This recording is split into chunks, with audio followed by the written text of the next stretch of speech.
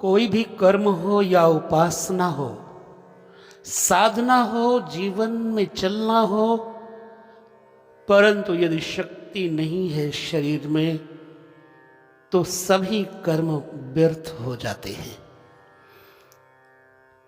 इसी संदर्भ में नवरात्र पर्व के आने से पूर्व ही समस्त शक्ति के उपासक सतर्क और सावधान होकर के अपने जीवन शैली में पूर्ण सिद्धि प्राप्त करने के लिए लग जाते हैं उपासना के कर्म में।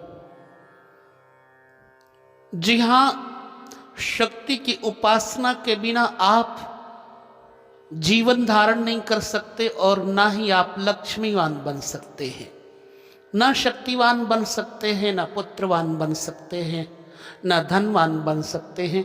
तो ऐसी सारी व्यवस्था के लिए ही शक्ति की उपासना बहुत ही महत्वपूर्ण है।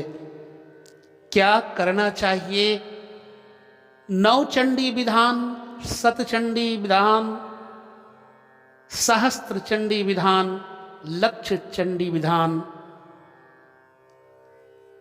जो जिसको जितनी बड़ी संख्या में कुछ चाहिए उसको उतनी ही बड़ी संख्या में ये चंडी विधान करना चाहिए।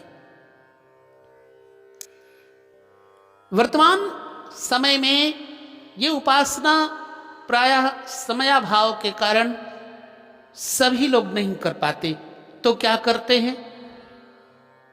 सहयोग लेते हैं और ये सामूहिक ब्राह्मणों के माध्यम से ही संभव हो पाता है।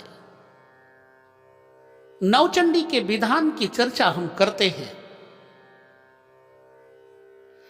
इस विधि को करने वाले साधक बिल्कुल सावधान रहें कि शक्ति की आराधना में किसी भी प्रकार की अशुद्धता, अरुचिता या कमी नहीं आने देना। इस विधि में साधारण रूप से नव ब्राह्मण के द्वारा नवचंडी का पाठ किया जाता है। एक ब्राह्मण सप्तशती का आधा पाठ करता है। इसका अर्थ है 1 से 4 अध्याय का संपूर्ण पाठ। 5वें अध्याय में देवताओं ने स्तुति की है, वहां पर देवा उचुः अर्थात नमो देव्यै महादेव्यै शिवाय सततम नमः से आरंभ करके ऋषिर्वाच तक एकादश अध्याय का नारायण स्तुति 12वां तथा 13वां अध्याय संपूर्ण। इस आधे पाठ को करने से ही संपूर्ण कार्य की पूर्णता मानी जाती है। एक अन्य ब्राह्मण द्वारा हो सके तो खडंग रुद्राध्यायी का, रुद्र अष्टाध्यायी का पाठ करवाया जाए। कुल 11 ब्राह्मणों द्वारा नवचंडी विधि का सप्तशती का पाठ होता है। पाठ के उपरांत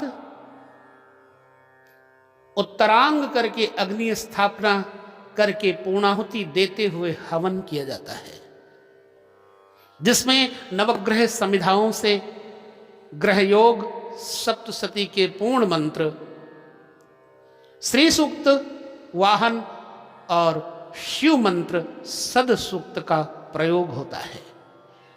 इसके बाद ब्राह्मण भोजन, कुमारी का भोजन आदि करवाया जाता है। बाराही तंत्र में कहा गया है कि जो स्वार्थ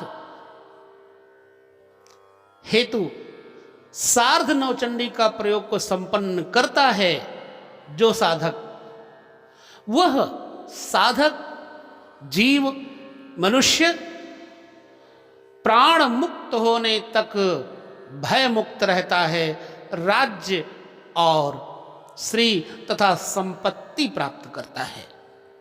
ये प्रभाव है श्री नवचंडी का दुर्गा सप्तशती में। तो आप भी यदि चाहते हैं इस नवचंडी शक्ति उपासना के द्वारा अपने जीवन में खुशियां, प्रसन्नता, जीत, विद्या, बुद्धि, रिद्धि, सिद्धि, तो आप भी लग जाइए शक्ति की उपासना में और उन समस्त वस्तुओं को, उन समस्त अभ्युदयों को प्राप्त करें। माँ भगवती अवश्य कृपा करेगी। यदि किसी को नवचंडी के पाठ के लिए मशवरा लेना हो, समीक्षा करनी हो अथवा करवाना हो, तो आश्रम में, मंदिर में हमारे यहाँ पर ब्राह्मणों द्वारा ये विधि पूर्वक करवाया जाता है। यदि आप भी चाहते हैं तो अवश्य करवाएं अथवा स्वयं अपने हाथों से करें। पूरे विधान के साथ। यदि आपको कोई भी प्रश्न करना है तो कमेंट में अपने प्रश्न कर सकते हैं। बस यही शक्ति स्वरूपिणी भगवती माता से प्रार्थना है कि सर्व मांगल मांगल्ये शिवे सर्वार्थ साधके शरण्ये त्र्यंबके गौरी नारायणी नमोस्तुते। जय माता दी।